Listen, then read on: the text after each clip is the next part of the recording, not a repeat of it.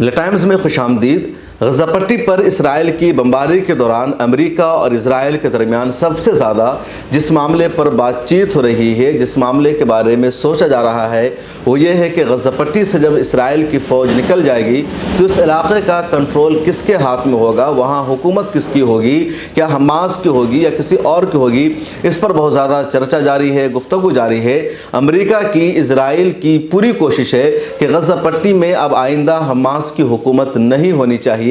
فلسطینی اتھارٹی کی حکومت ہونی چاہیے یا کسی اور ادارہ کو وہاں کی حکومت سونپی جانی چاہیے، لیکن حماس کے ہاتھوں میں دوبارہ غزہ پٹی کے اقتدار نہیں آنا چاہیے۔ سال 2006 میں جب الیکشن ہوا تھا غزہ پٹی کے علاقے میں، ویسٹ بینک کے علاقے میں، یعنی فلسطین کا جو بھی بچا کچھ علاقہ ہے، تو اس زمانے میں وہاں کی عوام نے حماس کو ووٹ کیا، حماس کو جتایا اور حماس کی سرکار بن گئی، لیکن امریکہ اور اسرائیل کو حماس کا سرکار میں آنا پسند نہیں آیا۔ چنانچہ امریکہ نے مداخلت کی اور اس کی وجہ سے ویسٹ بینک اور غزہ پٹی کا علاقہ دو حصوں میں ایک طرح سے تبدیل بھی ہو گیا۔ پی ایل او اور حماس کے درمیان امریکہ نے لڑائی کرا دی اور اس طرح ویسٹ بینک اور رام اللہ کے علاقے کا کنٹرول پی ایل او کے ہاتھ میں دیا گیا۔ پھر حماس نے صرف غزہ پٹی پر اپنا کنٹرول حاصل کیا اور اس طرح بچے کھچے فلسطین کی حکومت بھی دو حصوں میں تقسیم ہو گئی۔ حماس کا ایجنڈا اور مقصد ہی رہا ہے فلسطین کی آزادی کی تحریک چلانا، اسرائیل کو نیست و نابود کرنا، اسرائیل کا نام و نشان مٹانا، اس پر حملہ کرنا۔ چنانچہ حماس نے اپنی ان کوششوں کو لگاتار جاری رکھی۔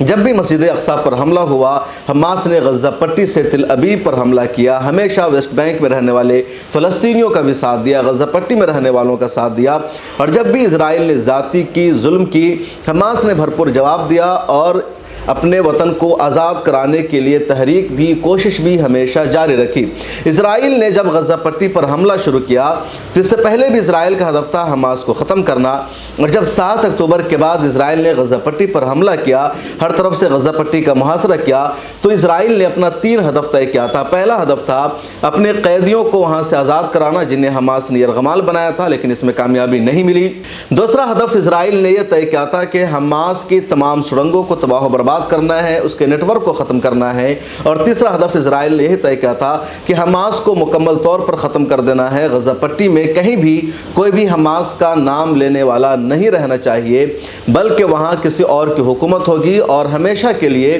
آزادی کی تحریک دلوں سے نکل جانی چاہیے۔ اس تینوں ہدف میں ابھی تک اسرائیل کو کامیابی نہیں مل سکی ہے۔ اسرائیل اب غزہ پٹی سے نکلنا بھی چاہتا ہے، لیکن اس کے لیے عزت کا ایک وہ راستہ چاہتا ہے۔ اسرائیل کی آرمی کا غزہ پٹی میں لگاتار نقصان ہو رہا ہے، اس لیے اسرائیل کی کوشش یہ بھی ہے کہ غزہ پٹی سے باعزت طریقے سے نکل جائے اور اس طرح نکلے کہ اس کی فتح کا اعلان ہو، اس کی جیت کا اعلان ہو، لیکن اس کے چانسز نظر نہیں آ رہے ہیں۔ اس لیے اسرائیل اب امریکہ سے اس بارے میں بات کر رہا ہے، سعودی عرب سے بات کر رہا ہے، مسلم ممالک سے بات کر رہا ہے، اور کوشش ہو رہی ہے کہ غزہ پٹی میں آئندہ دنوں پی ایل او کی حکومت ہونی چاہیے، پیلسٹائن اتھارٹی کی سرکار بننی چاہیے، حماس کے ہاتھوں میں اس کا کنٹرول نہیں جانا چاہیے۔ ان سب کے درمیان حماس کے سینئر رہنما اور نائب صدر موسیٰ ابو مرزوق کا ایک بیان سامنے آیا ہے، جس میں انہوں نے کہا ہے اسرائیل جتنی بھی کوشش کر لے، امریکہ جتنی کوشش کر لے، حماس کو ختم نہیں کیا جا سکتا ہے۔ غزہ پٹی پر حماس کا پہلے بھی کنٹرول تھا اور آئندہ بھی رہے گا۔ غزہ پٹی پر حماس کی حکومت ہوگی،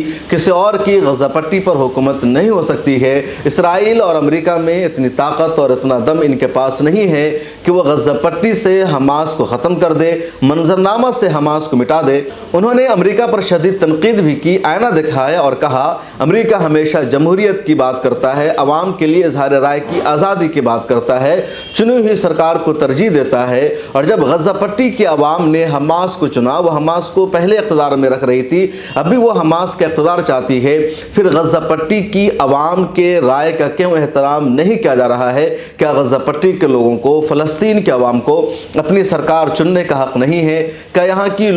یہاں کے لوگوں کو اپنی سرکار منتخب کرنے کا حق نہیں ہے؟ جب دنیا بھر کے لوگوں کو یہ آزادی حاصل ہے کہ وہ اپنی مرضی کی سرکار چنے، پھر غزہ پٹی اور فلسطینی عوام کو اس حق سے محروم کیوں کیا جا رہا ہے؟ امریکہ کیوں چاہتا ہے کہ غزہ پٹی میں اسی کو اقتدار ملے جس کو وہ مسلط کرے؟ یہاں کی عوام کو اپنی مرضی کی سرکار منتخب کرنے کا حق حاصل کیوں نہیں ہے؟ پچھلے دنوں میں جس طرح حماس کے لڑاکوں نے القسام بریگیڈ نے اسرائیلی آرمی کو نقصان پہنچایا ہے، اسرائیلی آرمی کو نکلنے پر مجبور کیا ہے اور بڑی تعداد میں اسرائیل کے جنگی ساز و سامان کو نقصان پہنچایا ہے، اس سے بات یہ صاف ہو چکی ہے کہ آئندہ کے خطرے سے نمٹنے کے لیے آئندہ دنوں میں 7 اکتوبر جیسے حملہ سے بچنے کے لیے اسرائیل اور امریکہ کی پوری کوشش ہے کہ حماس جیسی کوئی تحریک یہاں باقی نہ رہے۔ لیکن حماس نے کہہ دیا ہے کہ تحریک کبھی ختم نہیں ہوگی، بلکہ جس طرح پچھلے 77 دنوں میں اسرائیل نے دہشت گردی کی ہے، بے گناہوں کو مارا ہے،